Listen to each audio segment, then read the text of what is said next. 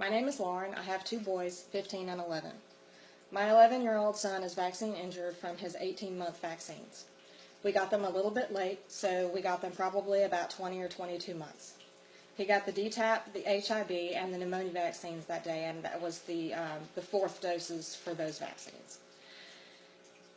The doctor's office was about a 20-minute ride from the house, so by the time we got home, he was already screaming and crying inconsolably. He already had a fever. He was lethargic and limp. He was, it was like he was drugged. He was kind of zoned out, like a zombie, and he had stopped eating. I thought that he just felt bad from the vaccines, and I called the doctor, and they told me to just alternate Tylenol and Motrin 6 and 8 hours as long as he had a fever. Over the next couple of days, the fever persisted. The injection sites got huge, hard knots at the sites, and they were hot to the touch. And you could tell by his reaction that if you touched them, they were very painful for him. He's staring into space, and he's not making eye contact. He's not playing or talking. Calls to the doctor, still say, "Oh, that's normal. It's okay. He just doesn't feel good." He started rolling back and forth on the floor. Again, no eye contact. He's not allowing us to touch him, to hold him, to kiss him, to cuddle him or console him in any way. No affection of any kind, and he's not showing us any affection either. He didn't seem to care if we were there or not. He just stared off into space, and he wouldn't even play with his brother, whom he idolized and followed everywhere. All of a sudden, he's terrified of the family pets. He's terrified of my cats, and he's terrified of my sister's dogs. He's terrified of water. He won't get in the swimming pool, and he won't get in the bath. We managed showers, but even that was an ordeal.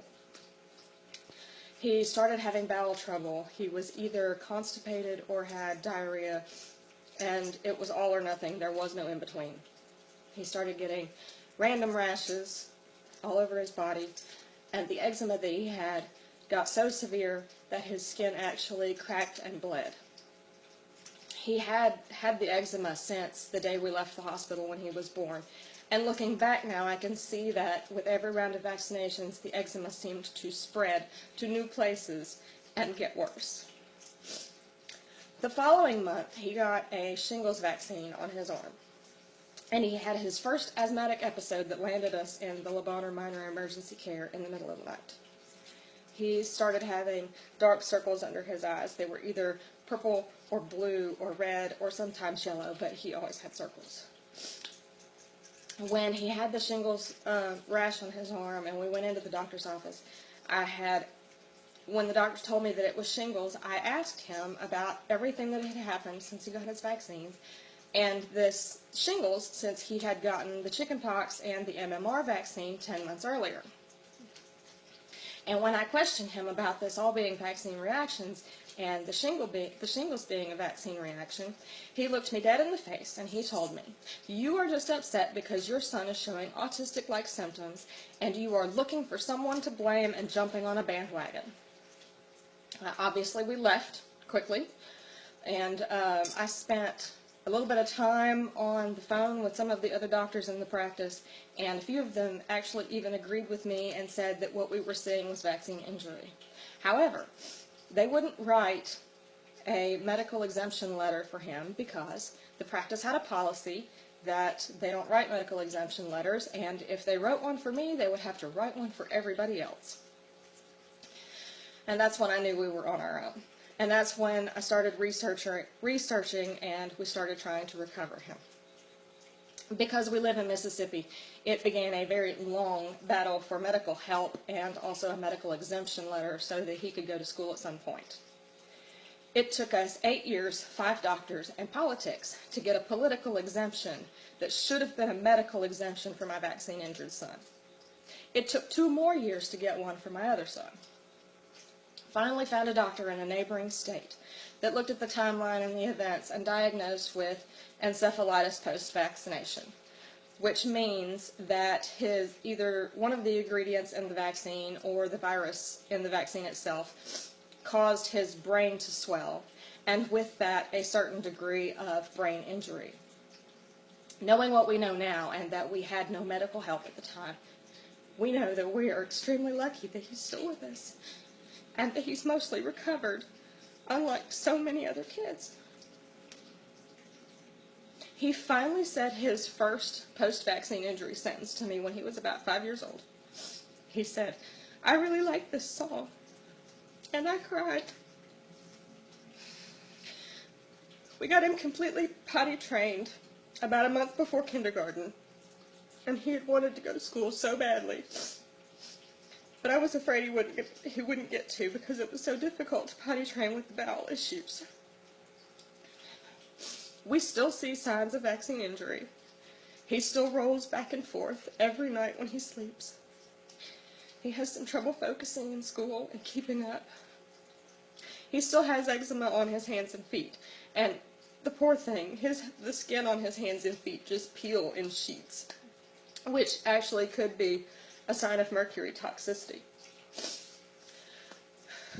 So when our doctor wrote medical exemption letters for both boys, the Mississippi Department of Health denied the letters because she's out of state. Mississippi state law states that any duly licensed physician can write an exemption letter on behalf of a child that will need a medical exemption from vaccines. Mississippi Department of Health has a policy that the doctor that writes the medical exemption has to be a Mississippi licensed doctor. When I called to question the Mississippi Department of Health about why they denied my doctor's exemption letters, I was bullied, and I was yelled at, and I was belittled, and I was talked to like I was nothing. When I called back to let them know that my doctor is in fact licensed in both Mississippi and Tennessee, he was a little bit nicer to me, but not by much. At that point, we received 1-year exemptions for both boys. Fast forward to my older son's 7th grade year. Because they added the booster and because the exemption letter had expired at this point, he was what they called non-compliant, and they suspended him from school. So while I'm jumping through hoops to try and get another temporary exemption to get him reinstated in school, my husband, who's a police officer, happened to pull over the district immunization nurse for a traffic violation. She knew who he was. He didn't know who she was. And she told him, "I have your boy's paperwork on my desk, and I am in control of what gets exempt and what gets denied." He wrote the citation anyway. And when she decided that she needed it taken care of, she had the district health officer write a permanent exemption for my youngest son, and another year-long exemption for my older son. After another expired exemption, more forms, more applications, more hoop jumping, and begging, we finally got a permanent exemption for my older son this past April. State of Mississippi only has medical exemptions, so that pretty much means that you have to be vaccine injured before you can even start the medical exemption process.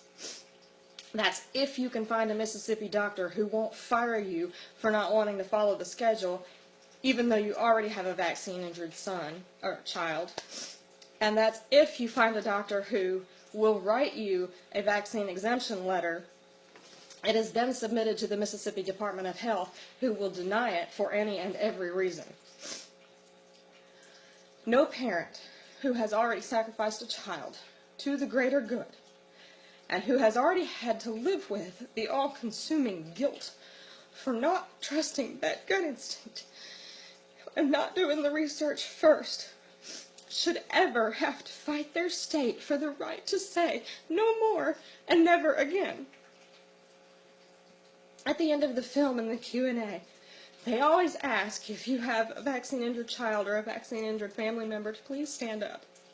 I am standing. If you have a story, please be bold and speak out. We are not alone, we are not rare, and we are not wrong.